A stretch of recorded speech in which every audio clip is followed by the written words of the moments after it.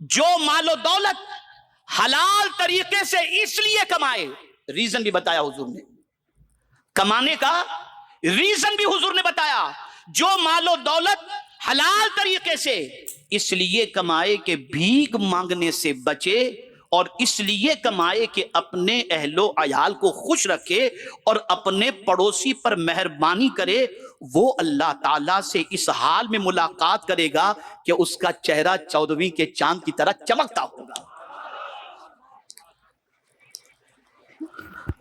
حلال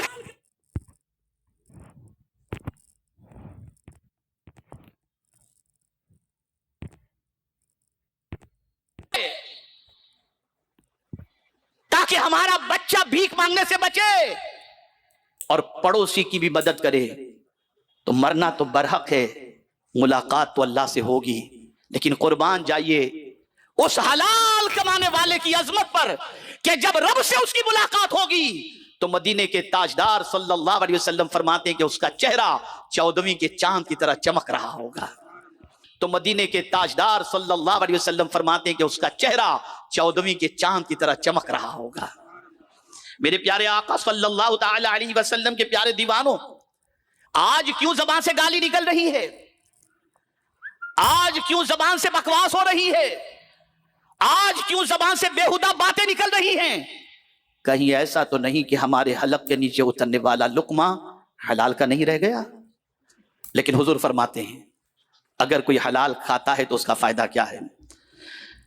آقا کریم صلی اللہ علیہ وسلم ارشاد فرماتے ہیں جو شخص 40 دن تک حلال کھانا کھائے اللہ تعالیٰ اس کے دل کو منور فرما دیتا ہے، اور اس کے دل سے زبان پر حکمت کے چشمے جاری ہو جاتے ہیں، پھر وہ اپنی زبان سے جو بولتا ہے وہ فضول باتیں نہیں ہوتی، حکمت کے چشمے جاری ہو جایا کرتے ہیں۔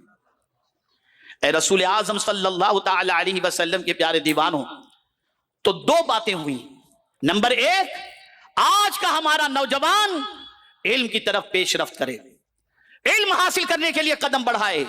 دوسرا میرا پیغام یہ ہے کہ حلال روزی کی طرف قدم بڑھائے، اور یہ بات سن لے کہ اللہ عز و جل رزق کا ذمہ لیا ہے۔ یہی وجہ ہے کہ جب یہ آیے کریمہ سنائی گئی صحابہ کرام کو کہ نماز جمعہ ادا کر کے اللہ کی زمین پر پھیل جاؤ اور فرض تلاش کرو، تو ایک صحابی جمعہ کی نماز پڑھ کر کے مسجد سے نکلتے اور کہتے مولا، مسجد کے دروازے پر کھڑے ہو کر کہتے مولا تو نے کہا نماز پڑھ کر کے زمین پر پھیل جاؤ اور فضل تلاش کرو، میں نماز پڑھ چکا، اب زمین پر نکل رہا ہوں تیرا فضل تلاش کرنے، اور ظاہر سی بات ہے کوئی چیز ملنے والی ہوگی تبھی تو نے تلاش کرنے کا حکم دیا، میں تلاش کرنے نکل رہا ہوں، تو عطا فرما دینا۔ اس صحابی کو میرے کریم نے ان کے گمان کی وجہ سے اور عمل کی وجہ سے اتنا عطا فرمایا جس کی کوئی انتہا نہیں۔